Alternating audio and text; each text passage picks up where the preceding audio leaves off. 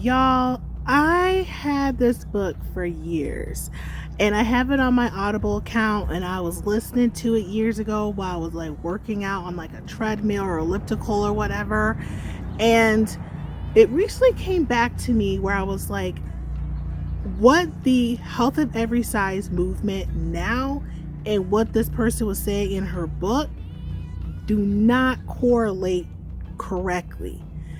This to me is very surprising because this Health of Every Size movement do not talk about these truths that are actually in the book that Linda Bacon had said. I know now her name's different, blah, blah, blah, but I'm going to say Linda Bacon throughout this video because when she published the book, her name was Linda Bacon.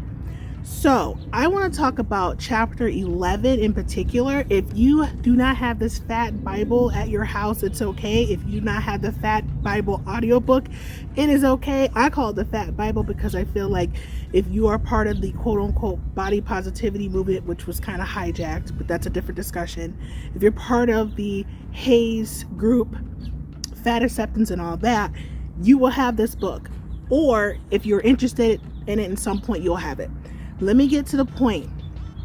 Chapter 11. I'm going to look down and look at my notes. Y'all, this is surprising. Okay? The name of the chapter is called Change Your Taste. That is what it's called. So when you go on TikTok, Instagram, YouTube, and you watch these body positive, HAES, fat acceptance, and you see what they eat on a daily basis, does not correlate what Linda Bacon is telling y'all to do. All right. So in the beginning, I'm paraphrasing this, but I wrote it down because I was listening to the audiobook. She talks about the food industry has manipulated our taste buds to prefer high fat, high sugar, and high salt foods, but we can take that preference back. So she's basically telling y'all the food industry has hijacked you, has jacked you up, and you need to change it back. She said that you can start preferring fruits, vegetables, grains, and beans. So again, if you're looking at these people and they eating these certain foods, most of those do not come with fruits, vegetables, grains, and beans. It is fast food, highly processed foods. So in the beginning of this chapter, she's not telling you to eat those foods, okay? All right. She also says, I'm reading it, paraphrasing. These are paraphrasing, but these are notes I wrote down. So she wants you to tone down your cravings that might actually hurt you. I was mind blown because y'all keep talking about this book, Health at Every Size, right? The book and the movement and everything. But the person who wrote the book is telling you, you need to tone down your cravings. She has a whole chapter about it. Okay, now some of the things in the chapter is kind of weird. She's like, you know, I'm not going to talk about that part of it, but you can listen to it or read that chapter. But a lot of it makes so much sense. And if y'all really follow what she said in chapter 11, your size would not be the same as it is now because you're not eating the way she's telling y'all to eat. Okay, the other thing she also says, find other ways to give yourself pleasure instead of food. She mentioned like doing sports and spending time with family and, you know, stuff like that. Y'all are not preaching that. Like, y'all are preaching like just eat whatever you want. And if you're craving something, just eat it. She does say that one part, if you're craving something, just eat it. But she kind of was talking more of a mindful eating approach in a way when I was listening to it. So she's like, you know, after eating a few bites, you may not want to eat the rest of it. So very interesting. She also says, I'm reading down, she says, like, eat more nutritious foods. So for example, she said, if you're craving, like, I don't know, it's like chocolate cake or chocolate or something, like, you know, something highly processed, of course, like chocolate cake or something, she says, maybe try to eat a slightly overripe peach. Apples dipped in honey, and caramelized onions. Okay, so y'all skip this chapter clearly because this woman is not preaching going down, and she even mentioned Kentucky Fried Chicken in the chapter. She's not preaching to be constantly going to KFC, and going to fast food places. She does not preach that, okay? And she also says use spices in your foods to kind of help with, like, if you want things to be sweeter or more salty and things like that. I'm not making this up. It's in the book. I'm just paraphrasing what this woman has been trying to tell y'all. And she is the one who wrote the book. So, okay. So she says, reclaim your taste for nutritious foods. So she wants you to eat healthy foods. And she promotes eating less meat. She talks about it, eating less meat, eating fruits, vegetables, beans, and whole grains. She also says she promotes slow living and eating highly nutritious foods again. So she talks about, like, your values. I have all these notes I'm writing.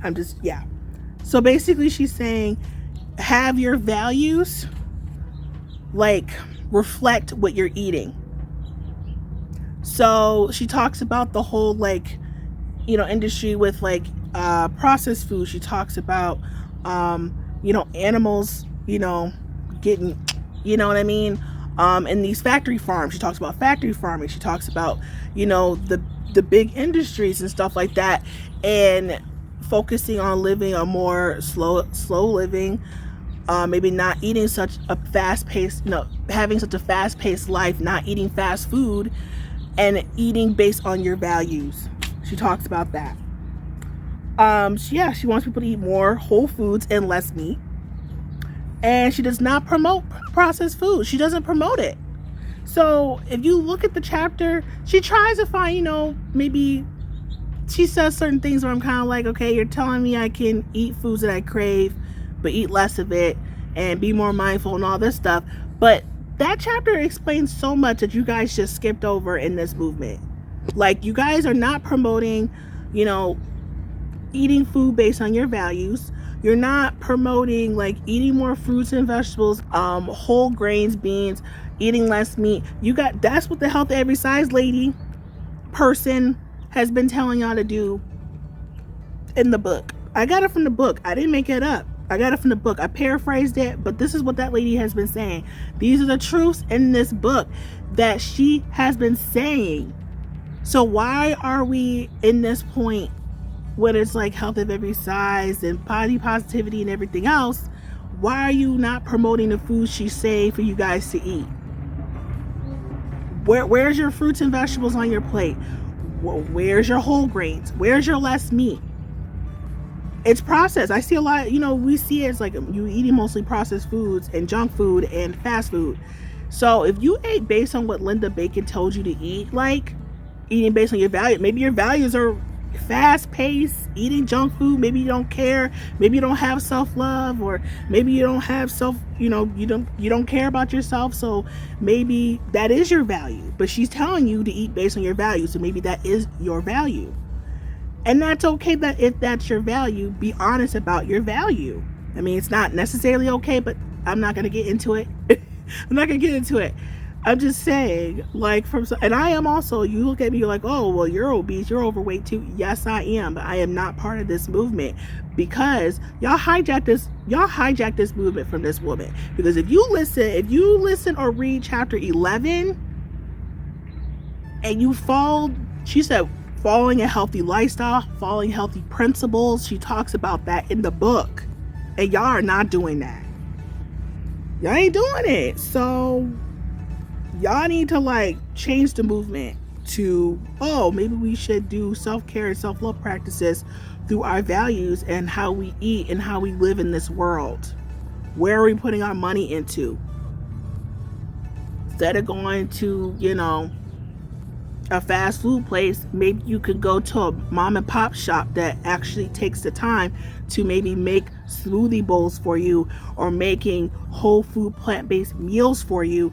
Yeah, and she even talks about it. Yeah, it may be, she talks about the expenses too, and how it might be more expensive and stuff like that, but it's your values. You want to match your values. If you want to eat junk, you're going to feel like junk, and of course you're going to be obese and overweight. You know what I mean? And usually when you eat whole food, plant-based foods, it's a lot more filling than a processed food. Like, I could go to a fast food place and get food And it may say that it's like 1100, 1200 calories or 1500 calories, but it doesn't feel like I ate 1500 calories. I'm still hungry because I didn't eat anything that had fiber and the high nutritious food for me, high vibrational foods. So of course I'm going to be hungry after eating fast food because it's not really our food. But anyway, I'm getting into a whole nother tangent.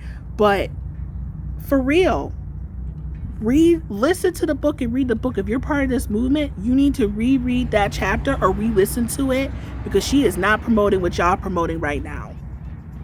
Okay, she's not. All right, I'll talk to y'all later. Bye.